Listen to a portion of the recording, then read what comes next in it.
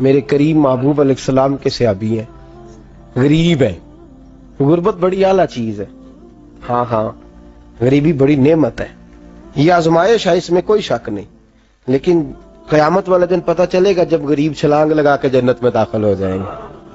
اور امیر تو کھڑے ہیں نا. میرے نبی پاک نے حضرت عبد الرحمن ابن عوف کو، حضور صبح صبح اٹھے تو نبی پاک کی آنکھوں میں آنسو تھے. فرمایا میرے عبد الرحمن بن عوف کو بلاؤ. حضرت عبد الرحمن بن عوف آئے تو حضور نے سینے سے لگا لیا. نبی پاک کھول کے روئے. یا رسول اللہ، حضور کیا ہوا؟ فرمایا عبد الرحمن رات میں نے خواب دیکھی ہے، سارے جنت میں چلے گئے، تو پیچھے رہ گیا، تو پیچھے رہ گیا. میں کھڑا تیرا انتظار کرتا رہا، میں تیرے بغیر جا نہیں سکتا تھا. پھر تو آیا ہے تو تیرا سارا وجود پسینے سے بھیگا ہوا تھا. حضرت عبد الرحمن ابن عوف تڑپ کے روئے، قدموں پہ سر رہا. حضور میری غلطی. فرمایا یار تیرے پاس مال بڑا ہے، تجھے حساب دیتے دیتے لیٹ ہو گئی، تیرے بیگ کھل گئے، تجھے حساب دینا پڑ گیا، تو لیٹ ہو گیا، میں پریشان ہو گیا. حضرت عبد الرحمن ابن عوف نے 100 گھوڑا مال اوپر رکھ کے حضرت عبد الرحمن نے حضور کی بارگاہ میں پیش کیا. کہا یا رسول اللہ یہ. اور پتہ ہے ایک دن کیا ہوا؟ ایک دن سرکار کے وصال ظاہری کے بعد حضرت عبد الرحمن ابن عوف نبی پاک کے گھر کے دروازے کے باہر آ کے بیٹھ گئے اور یوں سر کو پکڑا ہوا ہے، رو رہے ہیں. حضرت ام سلمہ حضور کی زوجہ باہر آئیں. کہا بیٹا عبد الرحمن کیا ہوا؟ جب پوچھا کیا ہوا تو اور کھول کے روئے. کہا کیوں روتا ہے؟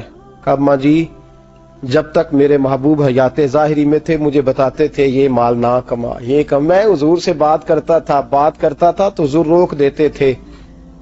اب مجھے ظاہراً بتانے والا کوئی نہیں، مال کے ڈھیر لگ گئے ہیں.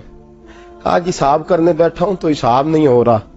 سوچتا ہوں اگر میں پھنس گیا تو مجھے کون اس سے بچائے گا؟ آپ محبوب کی زوجہ ہیں، میری ماں ہے، میں آپ کے پاس آیا ہوں، اماں جی مجھے بتائے میں کیا کروں. تو حضرت ام سلمہ بھی رو پڑی، کہنے لگے محبوب تھے، میں کہاں ان کی ترجمانی کر سکتی ہوں، میں نبی پاک کی ترجمانی کیسے کروں؟ کہا اماں جی خدا واسطے مجھے کوئی حکم دے دیں، مجھے لگتا ہے عبد الرحمن برباد ہو جائے گا، ہلاک ہو جائے گا، خدا رہا مجھے کچھ بتا دیں، اتنا سارا مال ہے میں کہاں اس کا حساب دوں گا، مہربانی فرمائیں، یہ تجارتیں میرے گلے پڑ رہی ہیں. حضرت ام سلمہ کی جب منت کی تو فرمانے لگی جا بیٹے آدھا خیرات کر دے. کتنا؟ 2.5% نہیں، کتنے فیصد ہے؟ 50%، 50%. حضرت عبد الرحمن ابن عوف گئے اور 50% خیرات کر کے کہنے لگے اماں میں نے 50% دے دیے، میں بچ جاؤں گا نا، میں بچ جاؤں گا، میں دے آیا ہوں آدھا. تو حضرت ام سلمہ فرمانے لگی میں نبی پاک کی بارگاہ میں سفارش کروں گی تیری، اور نبی پاک اللہ کی بارگاہ میں سفارش کرے صلی اللہ علیہ وسلم. حضرت سالبہ بن عبد الرحمن، حضور دعا کر دیں، غریبی ہے. میرے نبی پاک نے فرمایا تجھی اس حال میں ہے بہتر ہے. کرتے ہیں حضور نہیں دعا کر دیں. فرمایا تجھی اس حال میں ہے. تیسری دفعہ پھر آ گئے، حضور نے دعا کر دی. 4 بکریاں تھیں، چند مہینے گزرے، کچھ تجارت شروع کی، چھوٹے موٹا لین دین شروع کیا تو 40 ہو گئیں. کچھ وقت اور گزرا تو ریوڑ بن گیا، پھر گائیں بھی آ گئیں، پھر اونٹ بھی آ گئے، پھر لائنیں لگ گئی. پھر ہر وقت حضور کے قریب بیٹھنے کو دل کرتا تھا. اب لین دین کے معاملات تھے، اب ذرا طبیعت تھوڑی پیچھے ہٹنے لگی، تھوڑا دل پیچھے ہٹنے لگا. پہلے 5 نمازیں مسجد میں، پھر زور اثر کی چھٹی، میری طرف دیکھو اور دیکھو میں کیا عرض کر رہا ہوں. پھر زور اثر گئی، پھر کچھ وقت گزرا تو مغرب بھی گئی، پھر اتنی بڑی حویلی کوئی نہیں. پھر باہر جا کے مدینے سے ڈیرا لگا لیا، جمعے کے جمعے آتے. زکوٰۃ کا حکم آ گیا 2 ہجری میں. حضرت ابو ہریرہ رضی اللہ تعالیٰ عنہ امیر زکوٰۃ مقرر ہوئے. 5 اونٹوں پر 1 بکری، یہ زکوٰۃ ٹھہری. اب جب گئے نا اونٹ گنے اور بکریاں گننے لگے، اوہو 1 کروڑ پہ 2.5 لاکھ کس نے دیا تھا؟ دعا کس نے فرمائی؟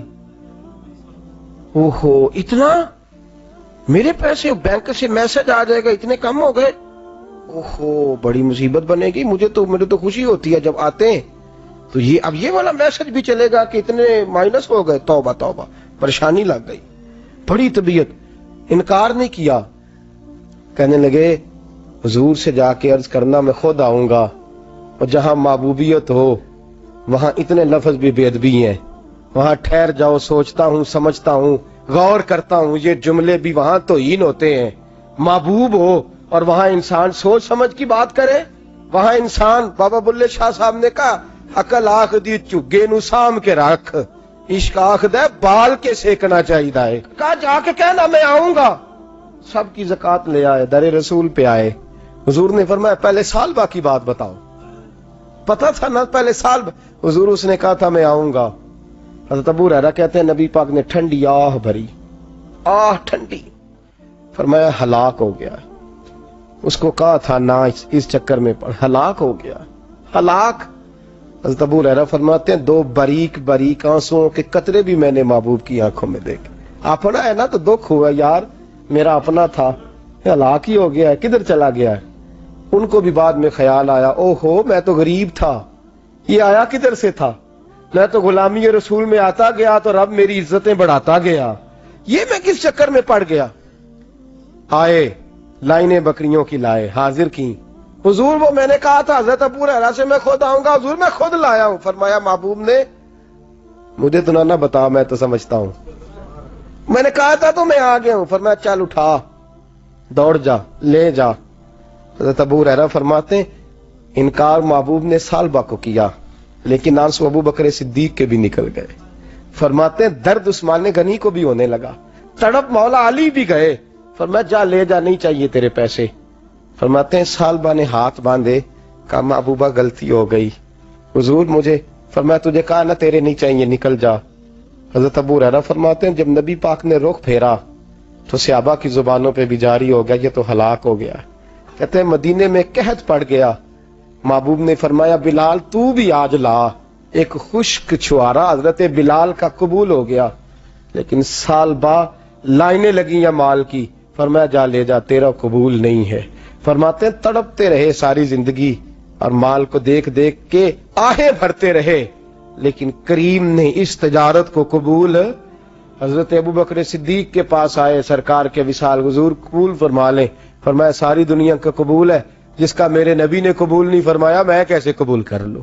حضرت عمر فاروق کے پاس آئے، فرمایا نہ تیرا قبول نہیں. حضرت عثمان کے زمانے میں وصال ہو گیا. عزیز یاد رکھ تجارت وہ والی کر جو تجھے نجات دے، اس چکر میں نہ پڑ جا جو تجھے الجھا دے، جو تجھے الجھا دے. قرآن مجید کی آیت آئی اقترب للناس حسابهم وهم فی غفلۃ معرضون. لوگوں کا حساب قریب آ گیا ہے اور وہ ابھی بھی غفلت میں پڑے ہیں، ابھی بھی 2 کے 4 اور 4 کے 10 کر رہے ہیں. حساب کا وقت قریب آ گیا. حضرت انس آئے مسجد سے، ایک صحابی مکان بنا رہے تھے، جھونپڑی تعمیر کر رہے تھے. حضرت انس کو پریشان دیکھا، کہنے لگے انس خیر تو ہے، کوئی نئی آیت تو نہیں آئی؟ تو جناب انس کہنے لگے آیت تو آ گئی ہے، رب نے کہہ دیا کہ حساب قریب آ گیا، تیاری کر لو. جھونپڑی بنا رہے ہیں، محل نہیں، جھونپڑی بنا رہے تھے. ابھی دیوار کچی مکمل نہیں ہوئی تھی، ہاتھ جھاڑ دیے صحابی نے. ادھر رخ پھیرا تو حضرت انس کہنے لگے کہاں جا رہے ہو؟ کہنے لگے بھائی میں حساب نہیں دے سکتا، میں مصطفیٰ کے پاس جا رہا ہوں، میں نے نہیں دیوار بنانی، بس بھائی میری اس دوڑ سے بس میں کوئی نہیں حساب دے سکتا، میں کمزور ہوں. میرے رسول کائنات صلی اللہ تعالی علیہ وسلم نے میرے دوستو تجارت کرو لیکن اس کو عبادت سمجھ کے کرو. اگر تمہیں چوک وہاں دکان پہ بیٹھے خدا بھول جاتا ہے اور سودا کرتے وقت رب رسول کی باتیں تمہیں بھول جاتی ہیں تو پھر تو تم وان تم موردون میں ہو.